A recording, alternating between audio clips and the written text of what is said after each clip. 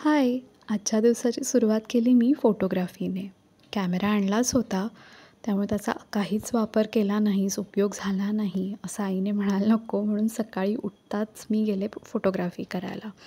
आदल्या दिवशी इथे मी बरेच पक्षी पाहिले होते, पण आत्ता एकही दिसला नाही. त्यामुळे जे दिसेल त्याचे फोटो काढत होते. तशी मी अगदीच बिगिनर लेव्हलची, त्यामुळे थोडेफार फोटो काढले. काही बरे आले, काही चांगले आले, काही अगदीच खराब आले. ते डिलीट करून टाकले. या प्राजक्ताच्या फुलाचा फोटो मात्र मला खरंच आवडला. मग गेले लगेच आईला मदत करायला. सकाळी सकाळी पाट्याच्या पाण्यावर भांडी घासली. मग चहा प्यायला, बिस्किट खाल्लं, आईबरोबर गप्पा मारल्या आणि मग हे सुंदरसं जास्वंदीचं फूल मला दिसलं. हे कुठे दिसलं तर मी मांजर दिसली म्हणून तिला दूध द्यायला गेलेले. तसं ते लाजाळू आहे का घाबरट आहे माहिती नाही. मला बघितलं आणि पळतच सुटलं. त्यामुळे म्हटलं बघूया येत आहे का. तसा मी काहीच दिवसांसाठी इथे होतो, त्यामुळे सवय लागायला नको त्याला. पण तरीही मांजर मला फार आवडतं म्हणून त्याच्यासाठी थोडंसं दूध आणलेलं. मी येईपर्यंत ते जरा पळूनच गेलं होतं. म्हटलं असू दे, इथे ठेवूया आणि बघूया पितं आहे का, येईल थोड्या वेळाने असं वाटलं. म्हणून जरा बरीचशी जागा बघून जिथे मी खरंच त्याला बघितलं होतं तिथे ठेवलं आणि निघाले परत. मला काहीच होप्स नव्हते, कारण ते इथे गवत खायला आलेलं आणि ते खरं तर दारातही आलेलं आमच्या. पण ते खरंच घाबरट तरी आहे किंवा लाजाळू तरी आहे. त्यामुळे ठीक आहे, त्याला शोधलं, दिसलं नाही, त्यामुळे ठेवून आले.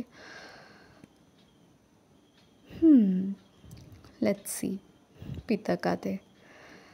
मग परत येत होते तेवढ्यात समोर दिसलं पांढरं जास्वंदीचं फूल. पूजा झाली होती, पण म्हटलं नेऊया. का पूजा झाली नव्हती बहुधा, मला आठवत नाही आहे. सुंदर होतं. तो लाल तुरा इतका छान दिसत होता त्याच्यावर.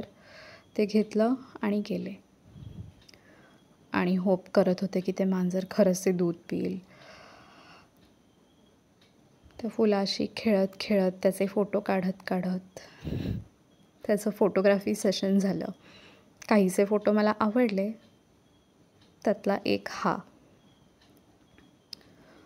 छान त्याच्यावर सूर्याची किरणं आली आहेत आणि त्याच्या त्या तुऱ्याचा स्वतःवरच सावली पडली आहे, त्यामुळे छान दिसत होतं.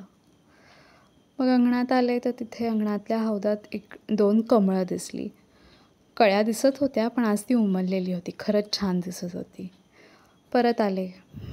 उत्सुकता, खरंच मांजर येऊन ते दूध प्यायली आहे का, म्हणजे इतकं तरी तिने स्वतःचं म्हणजे स्वतःचा घाबरटपणा बाजूला ठेवून दूध प्यायला याची तसदी घेतली आहे का, तर नव्हती घेतली. डिसअपॉइंटेड. मग काय, गेले परत. शोधलं जरा ती आहे का आजूबाजूला, पण नव्हतीच. छान तगरीची फुलं होती. खरंच शोधत होते मी तिला, पण नाही दिसले. आणि मग दिसला हा स्पायडर. हा मला आधीच दिसला होता अर्थात. त्याच्याची नक्षी फार सुंदर होती, पण स्पायडर आहे त्यामुळे त्याला बघून किळस येते. त्यांनी विणलेलं जाळं फार मोठं आहे आणि ते आमच्या खिडकीतच आहे. आणि हे एक फूल बाबाला सापडलं, त्यामुळे काय त्याचाही फोटो काढून घेतला. वेळ जात नव्हता म्हणून बसून आईच्या फोनवर काहीतरी गेम खेळत होते. हा गेम फार सोपा आहे आणि त्याच्या भराभर लेवल्स कंप्लीट होतात. आणि मग थोडंसं गार बोनविटा प्यायलं, मला खूप आवडतं. मग मला आठवलं की अंगणात मी कारल्याचा वेल बघितला होता आणि त्याला कारलीही दिसत होती. फार मोठी नव्हती, पण मगाशी भांडी घासताना मला एक बऱ्यापैकी मोठं दिसलेलं. त्यामुळे कारल्याचंही जरा फोटोशूट केलं आणि ते कारलं काढून घेतलं.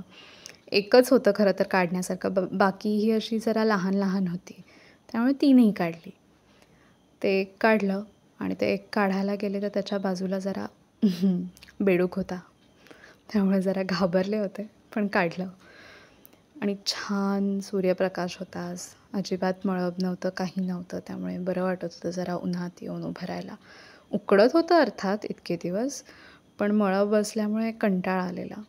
मग काय, अंघोळ केली छानपैकी, छान कपडे घातले आणि मला थोडंसं बरंही वाटत नव्हतं खरं तर सकाळपासून. हां, इथे मी ते कारलं काढलं ॲक्चुअली. आणि त्याच्या बाजूला तो बेडूक. त्यामुळे तो वेल जरा वरती घेतला आणि तिथे जाऊन ते कारलं काढलं.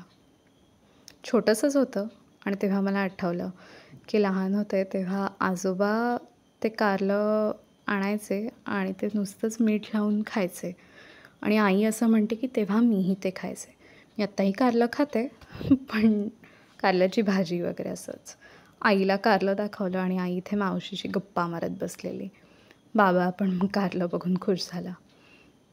छोटूसं होतं अगदी हाताएवढं. त्यामुळे काय त्याचं फारसं करता येणार नाही, पण तरी. मग थोडा वेळ मावशीशी गप्पा मारल्या, तिलाही कारलं दाखवलं. ती पण खुश झाली. मावशी होती, आजोबा होते. आजोबांना ऐकू येत नाही, पण तरी व्हिडिओ कॉलवर थोडा वेळ बोललो. मग आईला कणिक मळून दिली आणि त्याचे जरा गोळे करून दिले आणि मग दोघींनी मिळून पोळ्या केल्या. मी लाटली पहिली पोळी, पण फारशी ती काही चांगली झाली नाही. मला त्या लाटण्याची सवय नाही आहे. त्यामुळे आईला दिलं लाटण्याचं काम आणि ही माझी पहिली पोळी होती ती जरा करत होते. इथे जरा जुगाड कामच असतं. हा एक होता जुना तवा. तो घासला आणि तो घेतलेला. ॲल्युमिनियमचा तवा आहे. मी पहिल्यांदाच बघत होते. मग काय, आईला मदत केली. दोघींनी मिळून पोळ्या केल्या. No weight. ॲक्च्युली सगळ्या पोळ्या नाही केल्या. पहिली पोळी मी केलेली त्यामुळे ती काही मी खाणार नव्हते. मला मी केलेलं खायला फारसं आवडत नाही. त्यामुळे ती बाजूला काढली. आईने तिची पोळी ठेवली आणि आई मला आधीच म्हणालेली, की "तू गरम-गरम खायला बस." हां, ही आईचीच होती खरं. हो. मग काय, ती पोळी घेतली आणि मी खायला बसले. म्हणजे जेवायला बसले. आदल्या दिवशीचं पण काय काय राहिलं होतं त्यामुळे तीच भाजी, आमरस असं घेतलं आणि मग व्हिडिओ शूट करायला म्हणजे एडिट करायला बसलेले. एडिट करून झाला आणि मग तो अपलोड करण्यासाठी ठेवलेला. तो असा जरा बाहेरच्या टाकीवर फोन ठेवला, की तिथे भरपूर नेटवर्क असतं. त्यामुळे बऱ्यापैकी फास्ट, भरपूर म्हणजे 3-4 काड्या असतात. त्यामुळे तो बराच वेळ लागतो अपलोड करायला, पण करत होते. तो होतोय का हे एकसारखं जाऊन चेक करत होते. तेवढ्यात वैशाली काकूनी मला म्हटलं, "अगं बघ केवढं मळब आलं आहे, पाऊस येणार की काय?" सकाळी एवढं छान वातावरण होतं आणि तिथे वैशाली काकूनी मला तेवढ्यात म्हटलं. म्हणून जरा बघावं तर खरंच मळब आलेलं आणि बरोबर घराच्या वर होतं. मग काय, होते तिथेच उभी बघत. ती ती तिकडे काम करत होती, सुपाऱ्या वाळत घालत होती. कालचा व्लॉग बघितला आणि आई म्हणाली, "चल आपण बनूताईच्या खोलीत जाऊया." त्यामुळे आलो. ही बनूताईची खोली, जी मी कालच्या व्हिडिओत थोडीशी बाहेरूनच दाखवली होती. म्हणजे त्याचं दार दाखवलं होतं फक्त. तर ही अशी खोली आहे, छोटीशी.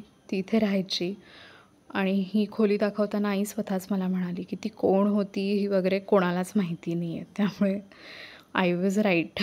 शी is a really suspicious woman. इथे बाकी सगळ्या अशाच म्हणजे अडगळीच्या खोलीसारखं थोडंफार आहे. नको असलेल्या किंवा वापरात नसलेल्या गोष्टी इथे ठेवल्यात. वरती माळाला जायला पण रस्ता आहे आणि बहुधा ती इथे स्वतःचंच सगळं करत असावी. चूल वगैरे थोडासा काय काय सेटअप दिसत होता. जाऊ दे. मी आईला म्हटलं, "बास झालं, निघूया इथून." इथे खोबरं होतं, घरचाच नारळ. त्यामुळे आई खोबरं खोवायला बसलेली आणि तसा संध्याकाळी लक्ष्मीपूजनासाठी प्रसाद करायचा होता. तोपर्यंत मी माझी कॉफी पिऊन घेतली आणि इथे छान पुरण केलं. मी पुरण केलं आणि आई एकीकडे चहा करत होती. त्यानंतर आईने बेसनाचे लाडू वळायला घेतलेले. पुरण म्हणजे मोदकाचे आपण सारण भरतो तसं केलेलं. आणि तेवढ्यात एक जरा इमर्जन्सी सिच्युएशन आली. मला माहिती नाही, मला थोडंसं बरं नव्हतं वाटत. मला चेहऱ्यावर थोडं पुरळ होतं आणि फारसं बरं नव्हतं वाटत. म्हणजे चेहऱ्याची आग होत होती. त्यामुळे डॉक्टरांना दर्शन दिलं, औषधं घेतली. त्यासाठी पावसला जावं लागलं आणि तिथून आम्ही पुढे जाणार होतो पेट्रोल भरायला. मी आणि बाबाच गेलेलो. पण एवढा जो काही पाऊस आलेला, बापरे! म्हणजे पुढचं दिसणंही अशक्य होतं. गाडी एकदम स्लो स्पीडमध्ये चालवावी लागत होती आणि कसेबसे जाऊन पोहोचलो. त्यात जरा बरं वाटत नव्हतं. बट ॲज युजुअल थोडंसं सायकोलॉजिकल आहे. डॉक्टरांना दर्शन दिलं की बरं वाटतं. इथे पेट्रोल पंपला आलो तर तिकडच्या दादाने सांगितलं समोरच्याच पोलवर आत्ता वीज पडली. हे ऐकून अजून भीती वाटली. बॅकअपला त्यांनी चालू केलेला पंप, पण तरीही.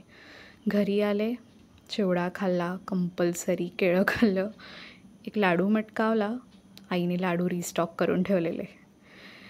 लाडू खाल्ला आणि औषधं घेतली लगेच. मग काय आवरलं आणि लक्ष्मीपूजन केलं. सगळं आणलं नव्हतं, जे काही आणलेलं ते ठेवलं आणि त्याची पूजा केली. आरती म्हटली. बाबाने छान सोवळं नेसून पूजा केली, देवांना ओवाळलं, आरती केली. हे असं दिसत होतं. आणि आज आम्हाला गीता मावशीने तिच्याकडे बोलावलेलं आणि ही सगळी चिल्लीपिल्ली होती आणि त्यांच्याकडे छान लक्ष्मीपूजन चालू होतं. मावशी पूजा सांगत होती आणि अमितदादा पूजा करत होता. आणि हा छोटूसा वरद हा सगळ्यांवर पाणी शिंपडायचं काम करत होता.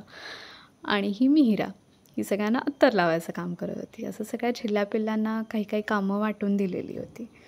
पूजा झाली आणि मग आम्ही बसलो आरती म्हणायला आणि गंमत वाटली. एवढूसा वरद एवढं मोठं ते ढोलकं घेऊन अख्खी आरती म्हणजे 3-4 आरत्या ज्या काही म्हटल्या, आरतीभर तो छान ढोलकी वाजवत होता.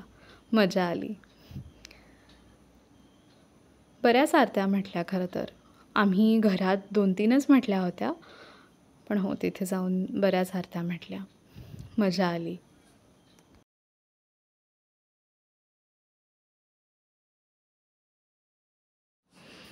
आणि हे छोटंसं मांजराचं पिल्लू. मी विचारलं हे कुठून आलं आणि ह्याची आई कुठे आहे, तर कळलं की हे एकटंच कुठून तरी निघून आलं आहे.